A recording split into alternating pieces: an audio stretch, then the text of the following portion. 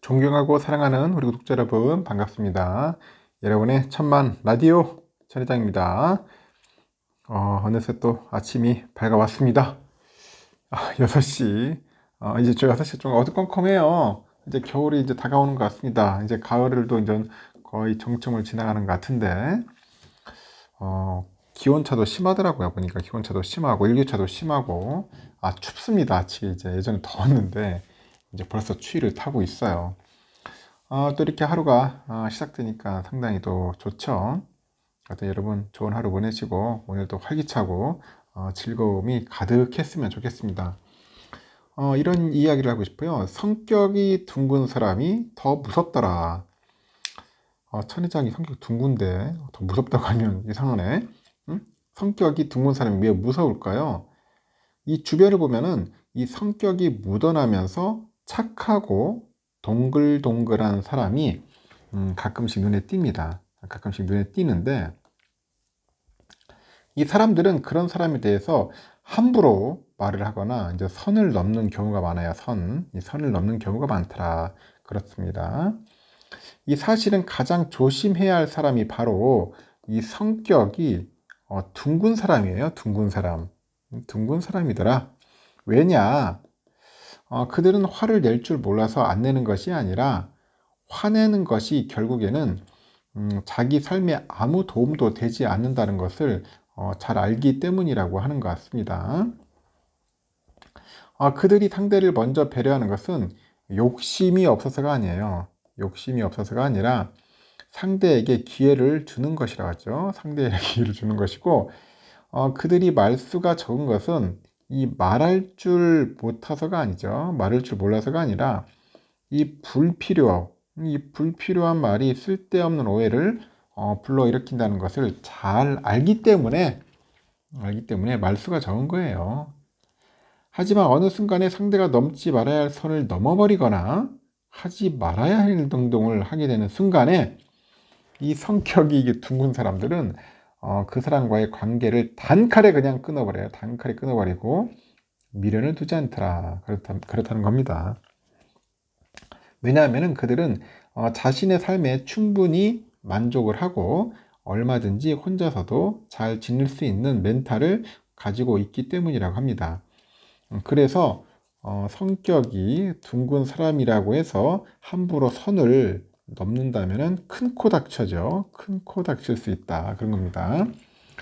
그들은 불필요한 감정을 밖으로 드러내지 않을 뿐 한계선을 넘을 경우 접근조차 허락하지 않는다는 겁니다. 알겠죠? 불필요한 감정을 밖으로 드러내지 마야겠지 또. 하여튼 그렇습니다. 둥근 사람 함부로 대하면 안 됩니다. 다 그 사람들 나름대로 생각 있는 사람들이에요. 그러면 또 삼성의 이야기를 해보도록 하겠습니다. 하여튼 여러분, 삼성전자 그냥 꾸준하게 쌀 때 많이 모아두는 게 좋을 거예요. 한 5만 전자는 축복이에요, 축복. 특히 우선주 같은 경우에.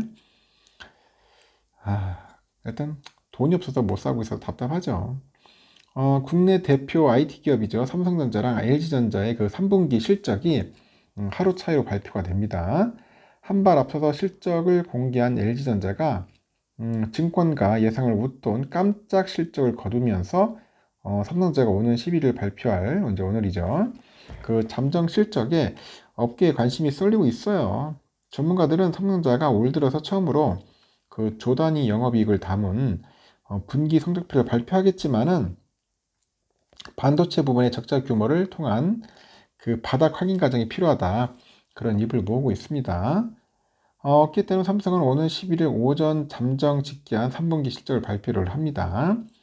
금융위기 이후 최악의 실적을 기록한 올 상반기보다는 실적이 소폭 개선될 것으로 보이지만은 그 주력인 반도체 업황의 더딘 그 회복으로 인해서 상반기에 이어서 3분기에도 반도체 부분에서는 적자가 불가피할 것으로 예상이 되는데, 금융정보업체 따르니까 삼성의 올 3분기 매출 영업이익 컨센이 68조 287억 그리고 2조 1927억이에요. 영업이익은. 하반기에는 계절적인 성수기에 진입을 했는데 예상보다 회복이 더디다 보니까 매출과 영업이익이 지난해 3분기보다 각각 11.4%, 한 79% 감소했다는 분석입니다. 이에 따라서 지난해 3분기 10조 원이 넘던 영업이익은 올해 2조 원 안팎으로 감소한 것으로 추정이 되고, 다만 영업이익은 올해 1, 2분기 6천억 원대보다는 뚜렷하게 개선될 거라는 관측이죠. 업계의 관심사는 핵심 사업인 반도체 부분의 적자 규모예요. 삼성은 올 상반기 DS 부분에서 9조 원대에 달하는 적자를 기록을 했습니다. 올 3분기는 상반기보다 적자 규모가 축소된 것으로 보이는데, 글로벌 메모리 반도체 수요 감소 여파가 지속되고 있어요. 그래서 3조에서 한 4조 원대 수준의 적자가 불가피하다는데 무게가 실리는 것 같습니다. 이렇게 반도체 부분을 제외한 스마트폰, TV, 가전 등을 담당하는 디지털 경험 DX 부분 실적은 양호할 것으로 예상이 되고, 지난 8월 조기 출시한 갤럭시 Z 플립 5, 갤럭시 Z 폴드 5 판매량이 늘어나는 등 긍정적인 흐름을 보이고 있기 때문입니다. SK증권은 3분기 삼성전자 DX분 영업이익을 3조 5천억에서 한 4조 원 정도 보고, 디스플레이는 한 1조 6천억 정도, 전장 자회사 하마는 한 3천억 정도를 거둘 것으로 보고 있습니다. 3천억 정도 보고 있는 것 같아요. 실적의 발목을 잡고 있는 메모리 반도체 시장이 올 하반기부터 서서히 회복세를 보이고 있는 만큼 실적 부진은 장기화되지는 않을 거다, 그런 관측이 이제 지배적인 겁니다. 반도체 업계 실적의 풍향기로 꼽히는 마이크론이 최근에 23년 그 회계연도 기준 4분기 실적 발표에서 매출과 영업 적자가 각각 40억 1천만 달러 그리고 14억 7,200만 달러로 잡고 있는 것 같아요. 그러니까 영업이익은 적자야 적자라 보고 있는 것 같습니다. 한 2조 원 정도. 올해 2분기하고 3분기 영업 손실 대비 적자폭은 줄어들고 있어서 올 3분기를 저점으로 이제 실적 개선이 유력한 것으로 예상이 되는 거죠. 삼성전자 역시 같은 흐름을 보일 거라는 관측인데, 여기에 삼성은 메모리 업황이 예상보다 악화되다 보니까 지난 4월 이례적으로 감산에 나섰어요. 이에 따라서 성수기에 진입한 올 하반기부터는 업황이 나을 것이라는 전망이 있습니다. SK증권에서 삼성의 그 D램 수익성은 2차 감산 효과가 공급에 영향을 미치는 올 4분기부터 회복세를 보일 거라고 합니다. 모든 면에서 저점을 통과하고 있다. 저점을 통과하고 있다고 이렇게 판단을 하는 것 같아요. 3분기부터 삼성은 재고 축소를 위해서 메모리 반도체 감산 규모를 확대하는 동시에 저가 판매를 이제 중단을 하고 수익성 개선에 초점을 맞추는 것 같습니다. 그래서 4분기부터는 메모리 반도체 시장은 수급 개선과 가격 상승이 동시에 나타날 거라고 하는데, 이에 따라서 반도체 부분 실적은 올해 14조 원 영업 손실에서 내년 한 10조 원 정도 이상의 영업이익 달성이 가능할 것으로 현재 덧붙이고 있죠. 한편 LG전자는 올해 3분기 1조 원에 육박한 영업이익을 거두면서 어닝 서프라이즈를 기록을 해요. 본업인 가전 사업과 이제 신성장 동력으로 키우는 VS, 이 VS 사업의 호조가 이제 주요합니다.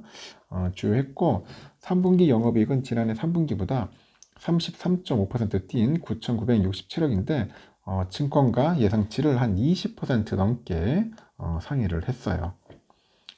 참고하시면 될 것 같습니다. 그리고요, 삼성이 이번에 6세대죠. 6세대 고대역폭 메모리 HBM인 HBM4를 25년을 목표로 현재 개발 중이다, 그런 이야기가 있네요.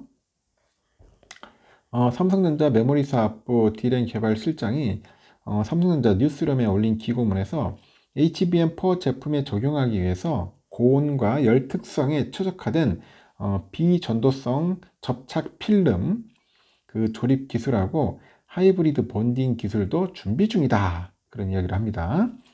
그 HBM은 D램 여러 개를 수직으로 연결해서 쌓아가지고 데이터 처리 속도를 끌어올린 메모리입니다.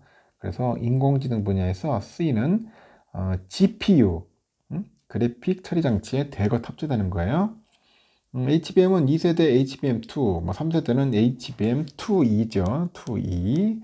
그리고 4세대는 HBM3, 5세대는 HBM3E, 6세대는 HBM4. 이렇게 순으로 개발이 되는 것 같아요. 현재 삼성하고 하이닉스 등 메모리 제조사들은 5세대하고 6세대 제품 양산을 준비하고 있고, 황 부사장도 삼성전자는 HBM2 제품을 거쳐서 HBM2 이하고 HBM3를 양산하고 있죠. 9.8GHz bps의 속도로 HBM3 제품을 개발을 해가지고 고객사에게 샘플 공급을 시작할 예정이라고 합니다. 아울러서 HBM하고 함께 2.5차원, 3차원 첨단 패키지 솔루션을 포함해서 첨단 맞춤형 턴티 패키징 서비스도 제공을 해요. 그래서 AI하고 고성능 컴퓨팅 시대의 최고의 솔루션을 선보일 계획이다. 그런 이야기를 합니다. 그리고 D램 시장에서 이제 큰 변곡점이 될 10나노죠. 이 10나노 이하의 공정을 기반으로 해서 AI 시대에 세상이 원하는 초고성능, 초고용량, 초저전력 메모리 제품을 제공할 계획이다. 이렇게 또 강조를 하고 있습니다. 강조를 하고 있다. 잘하고 있다. 이렇게 보시면 될 것 같습니다. 그리고 또 TSMC 잡아야겠죠. 삼성이 3나노 공정의 서버용 칩 신규 고객을 수주를 했어요. 안정적인 수율과 GAA, 게이트 올어라운드죠. 이 파운드리 기술 경쟁력을 바탕으로 해가지고 국내외 고객사와의 협력을 더욱 강화하는 모습을 보이고 있습니다. 11업계에 따르면 디자인하우스 AD 테크놀로지는 이날 삼성전자 파운드리 3나노 공정 기반의 그런 서버형 반도체 설계 프로젝트 계약을 해외 고객과 체결했다 이렇게 밝혔네요. 구체적인 고객사 이름은 밝혀지지 않았는데 고성능 컴퓨팅 분야의 글로벌 팹리스 기업인 것으로 현재 알려져 있고요. 삼성전자 그 파운드리 사업부 부사장도 AD 테크놀로지하고 이번 3나노 설계 협력을 발표할 수 있게 돼가지고 아주 기쁘다 뭐 그런 얘기를 합니다. 그래서 이번 협력이 에코 파트너와의 협력 프로그램에서 좋은 선례가 될 거라고 이렇게 언급을 하는 거죠. ADT, ADT라는 회사가 있잖아요. ADT는 그 삼성전자의 그 디자인 솔루션 파트너예요. 파트너. 삼성전자가 국내 DSP가 파트너라는 것 같은 일종의 솔루션 파트너인데, 디자인 솔루션 파트너를 DSP라고 하는데, 하여튼 국내 DSP하고 함께 3나노 고객 확보 사실을 밝힌 것은 이번이 처음이라고 합니다. 삼성 파운드리는 차세대 트랜지스터 구조인 GAA를 적용해가지고 이 3나노 공정 기반의 2.5D 서버형 반도체를 생산할 계획이죠. 디자인하우스는 반도체 기업 간데 그 설계 최적화하고 검사를 맡아요. 이 팹립스하고 파운드리의 가교 역할을 하는 셈인데 ADT는 이번에 수주한 팹립스 기업이 제품을 설계하고 난 뒤에 삼성 파운드리가 이를 제때 생산할 수 있도록 최적화 작업을 이제 수행할 예정이라고 하네요. 한편 삼성은 꾸준히 그 GAA 기술에 대한 자신감을 드러내고 있어요. 파운드리 업계 1위인 대만 TSMC를 잡을 무기로도 거론이 되고 있습니다.